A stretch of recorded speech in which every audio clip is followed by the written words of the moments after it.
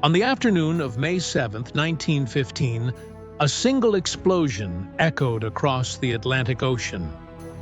Within minutes, it would become one of the most controversial maritime disasters in history, and a turning point in how the United States viewed World War I. The ship was the RMS Lusitania, a British ocean liner traveling from New York to Liverpool. Nearly 2,000 passengers were on board: civilians, families, business travelers, people who believed they were safe from the war raging in Europe. They were not. By 1915, World War I had already engulfed much of the continent. Britain and its allies depended heavily on transatlantic supply routes. Germany, facing a naval blockade that strangled its economy, responded with a new weapon: the submarine. German U-boats began targeting Allied shipping in the waters around Britain, declaring the area a war zone. They warned that any vessel entering it, neutral or not, could be attacked. Britain rejected this claim outright. Passenger ships, they argued, were civilian and protected under international law. But beneath this dispute, a new kind of warfare was emerging, one where the line between military and civilian was becoming increasingly blurred. On May 1, 1915, the Lusitania departed New York on what seemed like a routine crossing. The ship was fast, modern, and considered one of the safest ways to travel across the Atlantic. But Germany was watching. A German submarine, U-20, had been operating off the coast of Ireland, tracking shipping movements. As the Lusitania approached British waters, it entered a known danger zone. On May 7th, at approximately 2:10 in the afternoon, the submarine fired. A torpedo struck the starboard side of the Lusitania. Seconds later, a far larger second explosion ripped through the ship.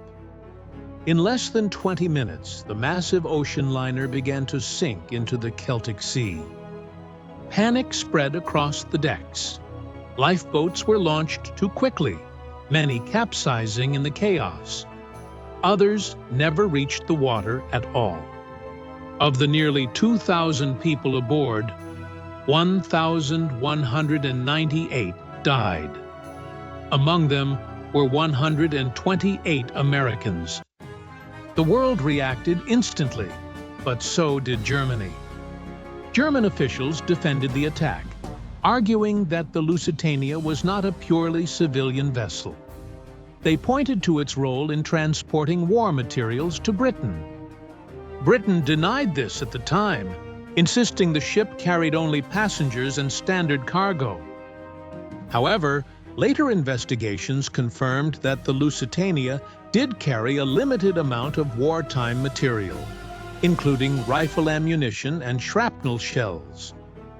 This does not change the fact that the ship was primarily a passenger liner, but it does confirm a critical point. Germany's claim was not entirely unfounded.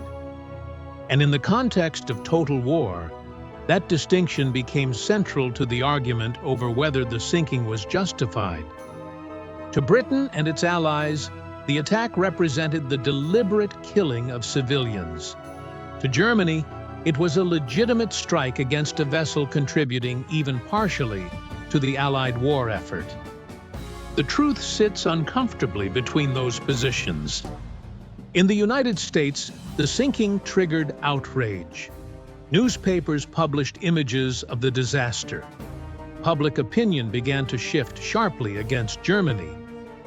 President Woodrow Wilson, who had maintained a policy of neutrality since the war began in 1914, sent formal protests to Berlin. He demanded an end to attacks on passenger ships.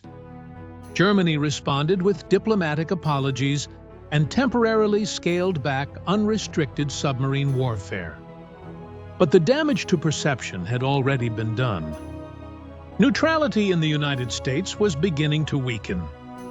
And as the war continued, further submarine attacks and escalating tensions would push the country closer to involvement.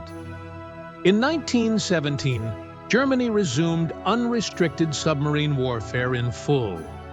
American merchant ships were targeted. Diplomatic relations collapsed. Shortly after, the United States declared war on Germany. The sinking of the Lusitania was not the moment America entered World War I, but it was one of the moments that made entry possible. It transformed public opinion, reshaped diplomacy, and blurred the moral lines of modern warfare. And in doing so, it became more than a tragedy at sea. It became a warning of how quickly war can erase the boundary between civilian and combatant, long before the world was ready to face that reality.